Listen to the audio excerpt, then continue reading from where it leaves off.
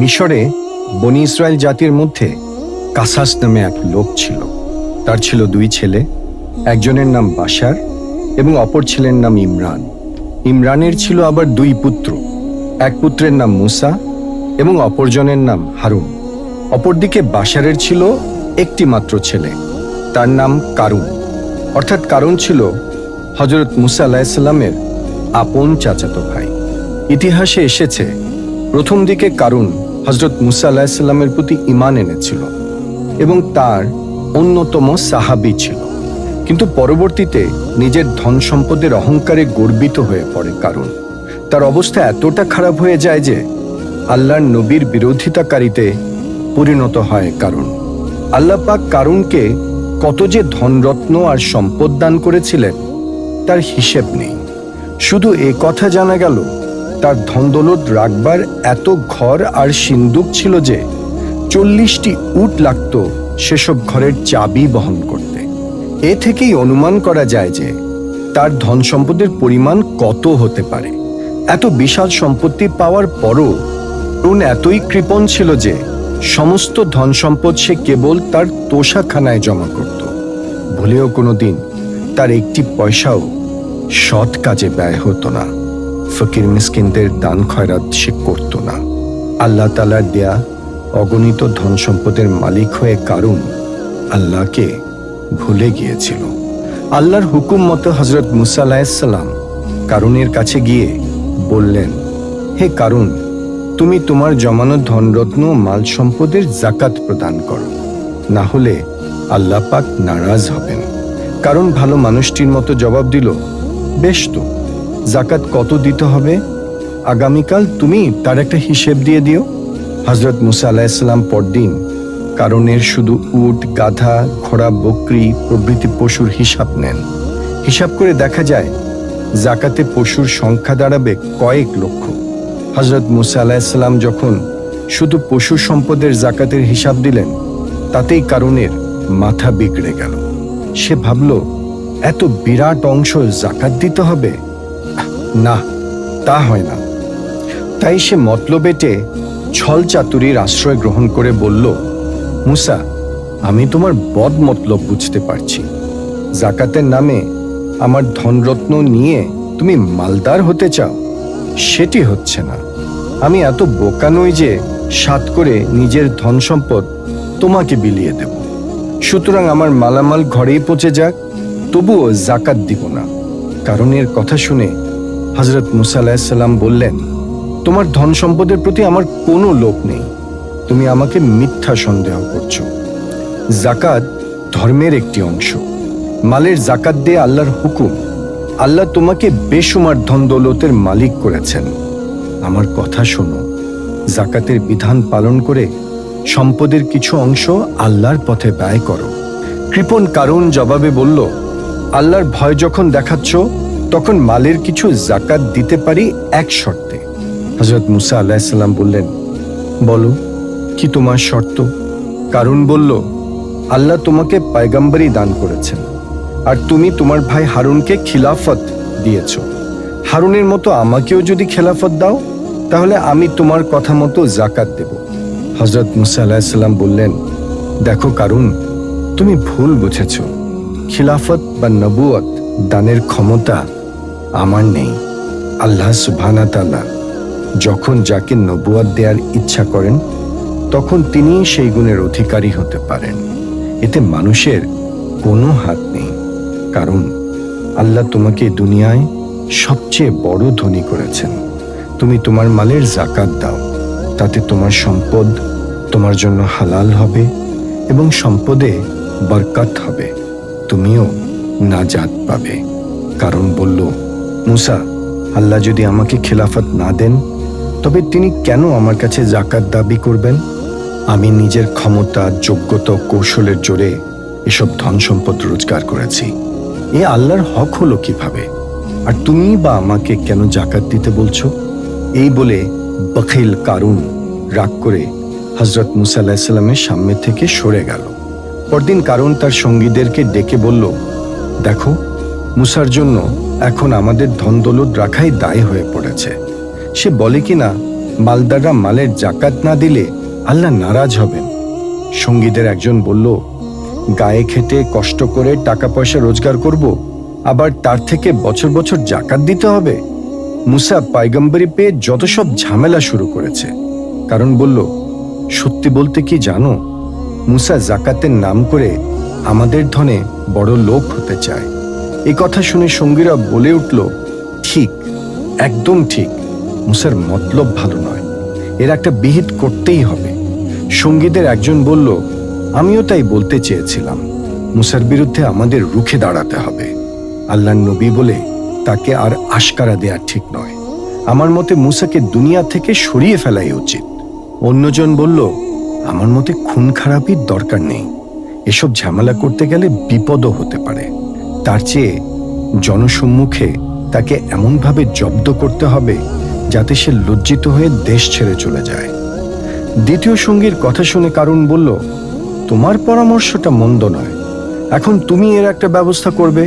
কিভাবে মুসাকে জব্দ করা যায় এবং চাপে পড়ে এ দেশ ছেড়ে যেন সে অন্যত্র চলে যায়। কারণের হুকুম পেয়ে সঙ্গীটি একটি অসৎ চরিত্রের মেয়েকে লোভ দেখিয়ে ডেকে নিয়ে এলো। তাকে অনেক গয়না ও টাকা দিয়ে বলল, ধনপতি কারণের জন্য তোমার একটা কাজ করতে হবে। মুসা যখন সভায় ওয়াজ নসিহাত করতে উঠবে, তখন আমরা তাকে চরিত্রহীন বলে ঠাট্টা করব। সে সময় তুমি বলবে, হ্যাঁ, এ কথা সত্য। ব্যাস, শুধু এতটুকু বললেই কাজ সমাধা হয়ে যাবে। এর জন্য দরকার হলে তুমি আরো টাকা পাবে। মেয়েটি চুপ করে রইল। অতঃপর অনেক বলে কয়ে তাকে রাজি করানো হলো। এদিকে কারণ ভাবল, মেয়েটি যদি প্রকাশ্যে মুসার বিরুদ্ধে অভিযোগ করে, তাহলে সেই অপরাধের জন্য সমাজ তাকে ঘৃণা করে পরিত্যাগ করবে, আর এর জন্য ক্ষোভে মুসা এদেশ ছেড়ে চলে যাবে। তখন কারণের উদ্দেশ্য সফল হবে। তারপর বিকেলে ওয়াজ নসিহতের সভা বসল। দলে দলে লোকজন এলো হযরত মুসা আলাইহিসসালামের ওয়াজ নসিহত শোনার জন্য। কারণও তার দলবল নিয়ে এলো। সভাস্থল কানায় কানায় ভরে গেল। হযরত মুসা আলাইহিসসালাম ওয়াজ করার জন্য মঞ্চে উঠলেন। তিনি ওয়াজ শুরু করতে যাবেন, ঠিক এমন সময় পূর্ব পরিকল্পনা মতো মিথ্যাবাদী কারণের লোকজন বলে উঠল, হে মুসা, তুমি চরিত্রহীন। উপস্থিত জনতাকে তারা বলল, আমাদের কথা বিশ্বাস না হয় এই মেয়ে লোকটিকে জিজ্ঞেস করুন। এই বলে কারণ মেয়ে লোকটিকে দাঁড় করিয়ে দিল। এ কথা শুনে লোকজন তাজ্জব হয়ে গেল।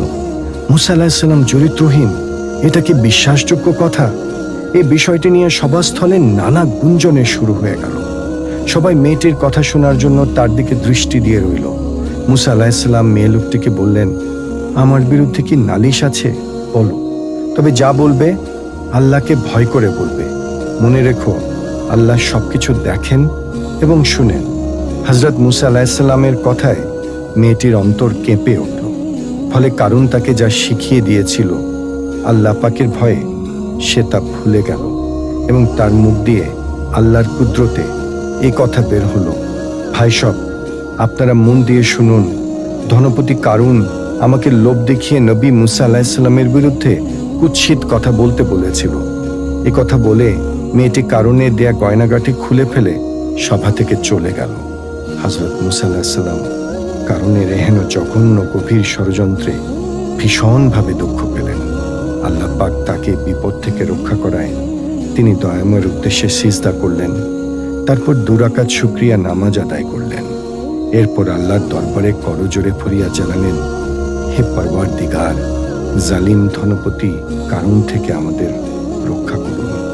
এই পাপী দুনিয়ার ধন সম্পদের মোহে পড়ে আপনার উপর ঈমান হারিয়েছে। আপনার হুকুম আহকাম সে মানে না। তার খপ্পরে পড়ে রাজ্যের অন্যরাও বেদিন ও বেঈমান হয়ে যাচ্ছে। তাই আমার একান্ত ফরিয়াদ, পাপাত্মা কারণ থেকে আমাদেরকে হেফাজত করুন। দয়াময় আল্লাহ তার প্রিয় পয়গম্বরের আর্জ মঞ্জুর করে ফেরেশতা জিব্রাইলকে হযরত মুসা আলাইহিস সালামের কাছে পাঠিয়ে দিলেন। জিব্রাইল হযরত মুসা আলাইহিস সালামকে বললেন, হে আল্লাহর নবী, আল্লাহ পাক আপনার আর্জ মঞ্জুর করেছেন। এই জমিন কারুনকে ধ্বংস করার হুকুম পালন করবে। জিব্রাইলের মুখে আল্লাহর বাণী শুনে মুসা আলাইহিস সালাম তার কওমের লোকদের ডেকে বললেন, তোমরা শোনো, আল্লাহ পাক ফেরাউনকে যেভাবে ধ্বংস করেছেন, পাপী কারুনকেও সেইভাবে ধ্বংস করবেন। সুতরাং বনী ইসরায়েলের মধ্যে যারা আমার অনুসারী, তারা বেদিন কারুনের দল থেকে ফিরে আসবে। হযরত মুসা আলাইহিসসালামের অনুসারীরা তার কথা মতো বেদিনের সঙ্গ ত্যাগ করল। এরপর হযরত মুসা আলাইহিসসালামের আরজিতে আল্লাহ তাআলার হুকুমে জমিন কারুনের হাঁটু পর্যন্ত গ্রাস করে ফেলল। তখন কারুন ব্যাপারটিকে নিছক রসিকতা ভেবে হেসে ফেলল এবং বলল, হে মুসা, এটা তো দেখছি তোমার নতুন জাদু। এই জাদু তোমাকে কে শিখিয়েছে? হযরত মুসা আলাইহিস সালাম তার কোনো কথার জবাব দিলেন না। অতঃপর তার আরজিতে আল্লাহর হুকুমে জমিন এবার কারুনের জানু থেকে কোমর পর্যন্ত গ্রাস করল। কারুন তখন নিজের বিপদ বুঝতে পারল। ব্যাপারটা খেলা নয় ভেবে সে সুর পাল্টে বলল, মুসা, তুমি কি ঠাট্টা বুঝো না? তোমার জাদুর খেলা বন্ধ করো। এখন থেকে আমি তোমার সঙ্গে ভালো ব্যবহার করব। হযরত মুসা আলাইহিস সালাম এবারও তার কথার কোনো জবাব দিলেন না। আল্লাহর হুকুমে পাপের প্রায়শ্চিত্ত তাকে অবশ্যই ভোগ করতে হবে। অতঃপর হযরত মুসা আলাইহিস সালামের আরজিতে আল্লাহর হুকুমে জমিন কারুনের বুক পর্যন্ত গ্রাস করল। নাদান কারুন এত দিনে তার ভুল বুঝতে পারল। সে বুঝল মুসা সত্যি আল্লাহর নবী। তার নসিহাত না শুনে সত্যি সে অনেক বড় ভুল করেছে। মরণ যন্ত্রণায় সে চিৎকার করে উঠল।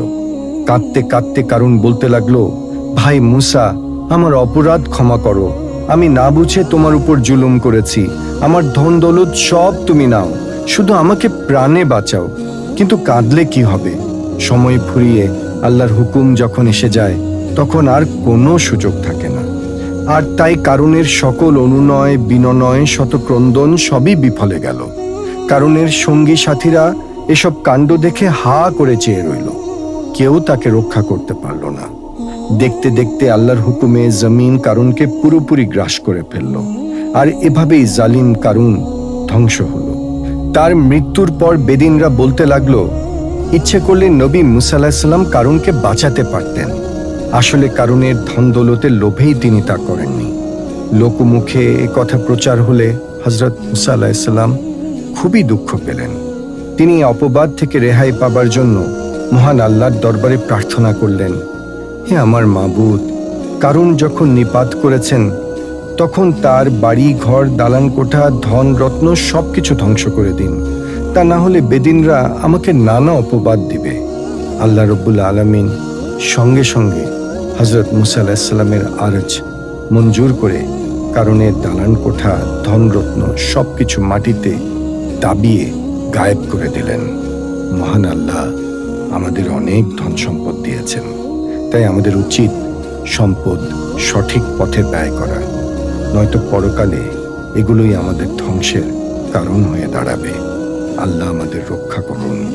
আল্লাহ আমাদের রক্ষা করুন। আল্লাহ আমাদের জাকাত এবং দান খয়রাতের তৌফিক দান করুন। আমিন।